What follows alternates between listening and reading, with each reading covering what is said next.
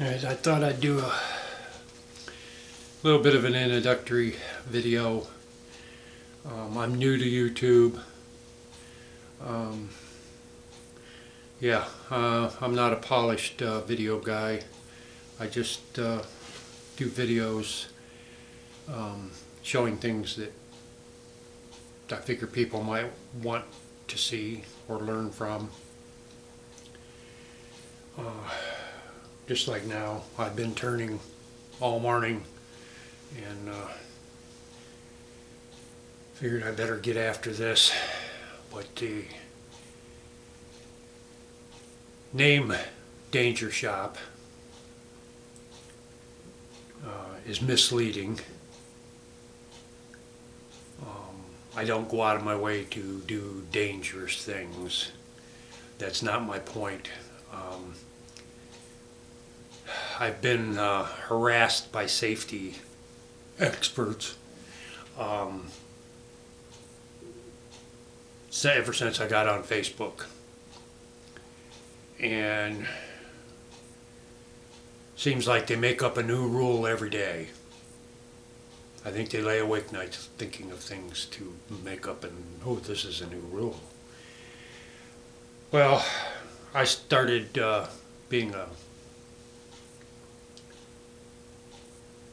bit of a smart aleck, and I figure, okay, they want to label me as a dangerous nut. I'll just call it the Danger Shop. Everybody has things go wrong, okay? I turn 8-10 hours a day, 7 days a week. The odds of me having something go wrong or a tool fail or whatever is higher than most people. Other than production turners, not many turn that many hours a day, 7 days a week.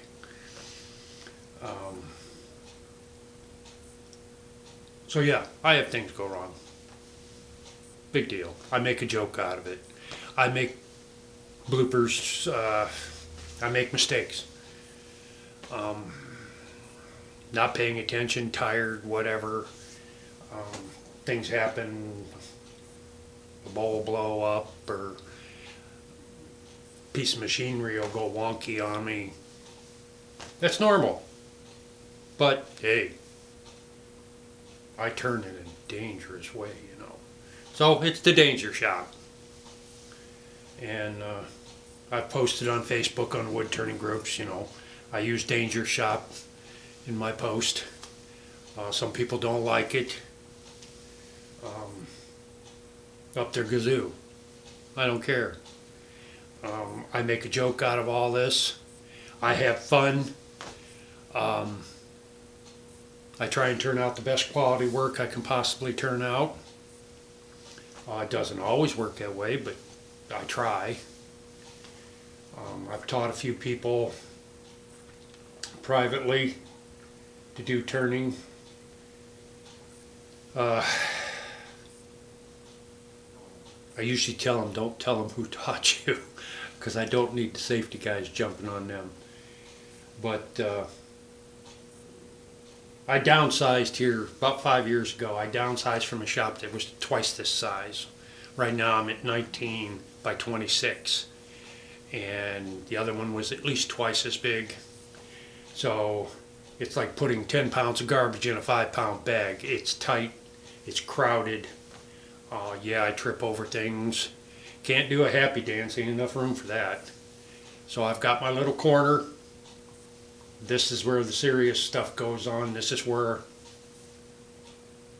I do all my turning. I'm going to dismount the camera for a little tour of my corner, mainly the lathe that I built, and I'll explain that. But just give me a second here and I will get this camera in my hand and show you the stuff that won't get me in trouble.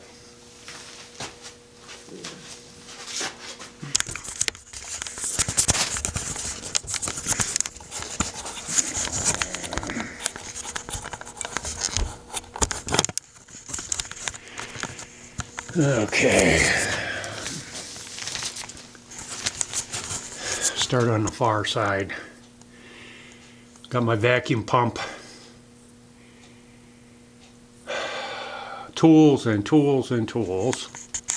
And I'm always figuring I need more. I make a lot of my own tools.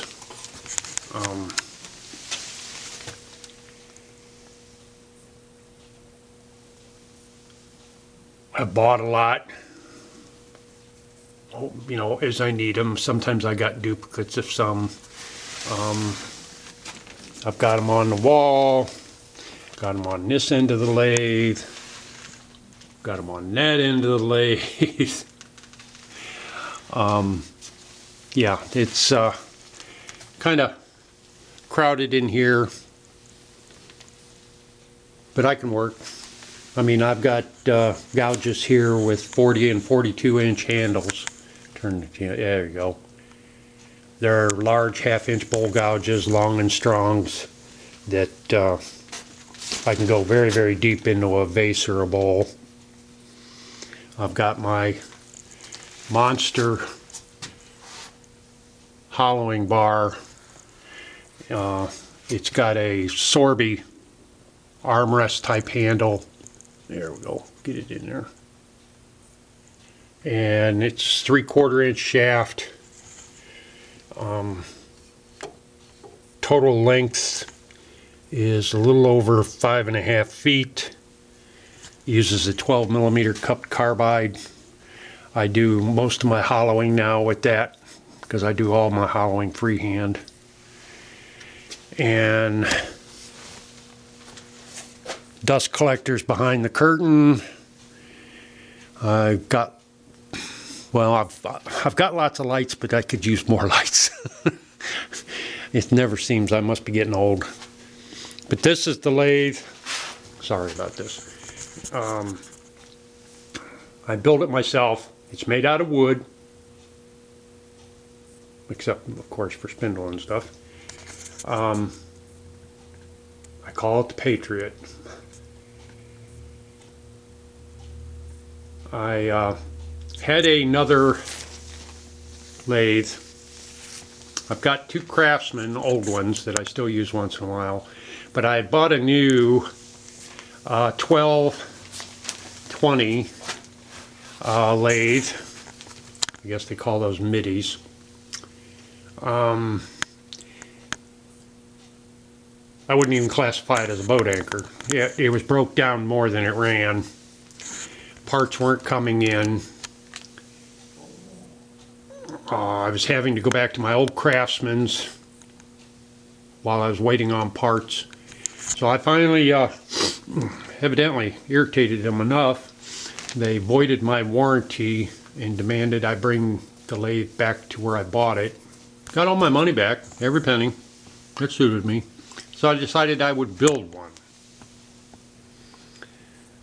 They're not hard to build, really. Scrounged up the parts, used spindle from a 26-inch lathe, wood fast lathe, 1/4 by 8 threads. I built the tailstock. I've got the quill.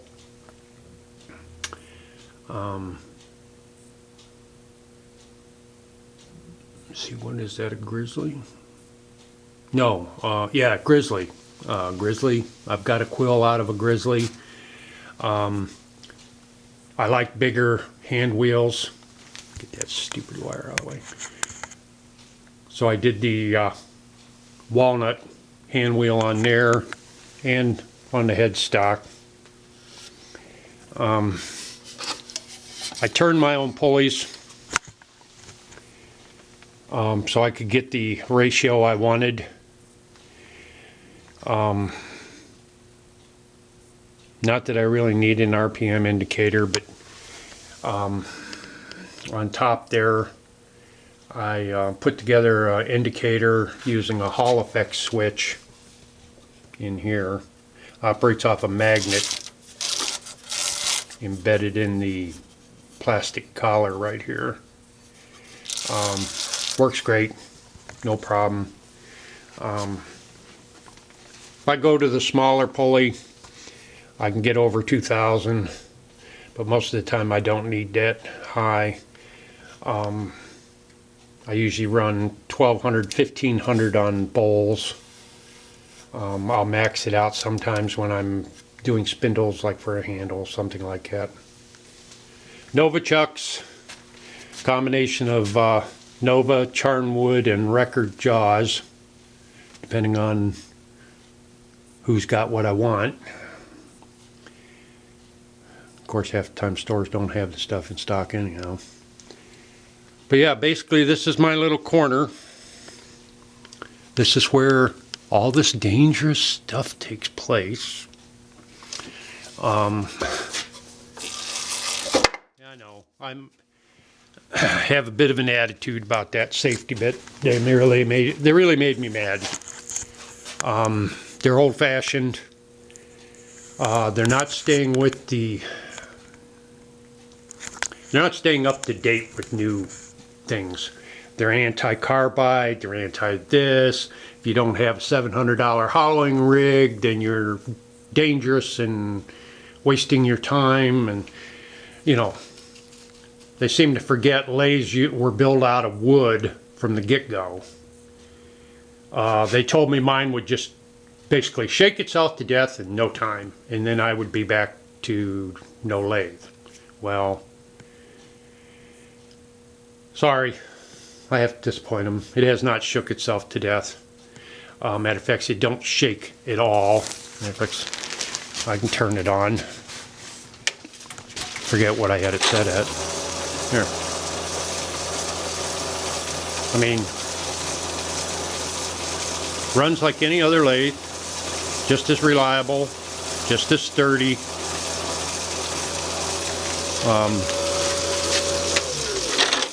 I didn't use any plans or anything like that. I had basically a picture in my head of what I wanted and what it should look like when it was done. I've done woodworking all my life, so working with this kind of stuff was fairly easy.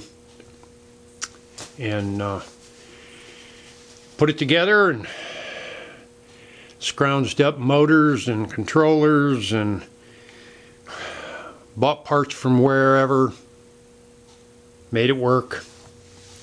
Damn water. I'm not used to holding this camera like this. But this is it. This is my corner of the danger shop. Yeah, I've got stuff on the wall back here, measuring tools, things like that. Rags, sandpaper, glues. I keep everything close to hand. I'm sure FEMA would love to come in here and condemn my shop, but they'd play heck getting through the door. But yeah, I've got, I don't know if you can see it through the curtain. There's some huge bowl blanks and stuff on a rack over here, 16-inch bowl blanks. I was given a maple tree. I've probably got 1,500 pounds of wood in here drying. Not a lot of room. Not a lot of room. Got a joiner, floor belt sander, drill press, table saw, 2 more lathes. It's crowded. Oh, my big planer. So yes, I'll start posting videos. I've got some that I've done on the wood turning groups that I'll go through them and make sure there's nothing in them that will get me in trouble. And I'll start posting. Hope you watch. Like I tell the people on the wood turning groups, you know, it's like a TV. You're cruising the channels. You see one you like, you stop and you watch it. If you don't like it, you just move on with the remote. I don't like safety comments. So let's just go with the thing of, if you don't have nothing nice to say, don't say anything. and we'll all get along just fine. So I will do my best to be my usual lunatic self without offending anybody. So hope to see you around. You can always find me on Facebook. Everybody knows where that is. We'll talk to you later.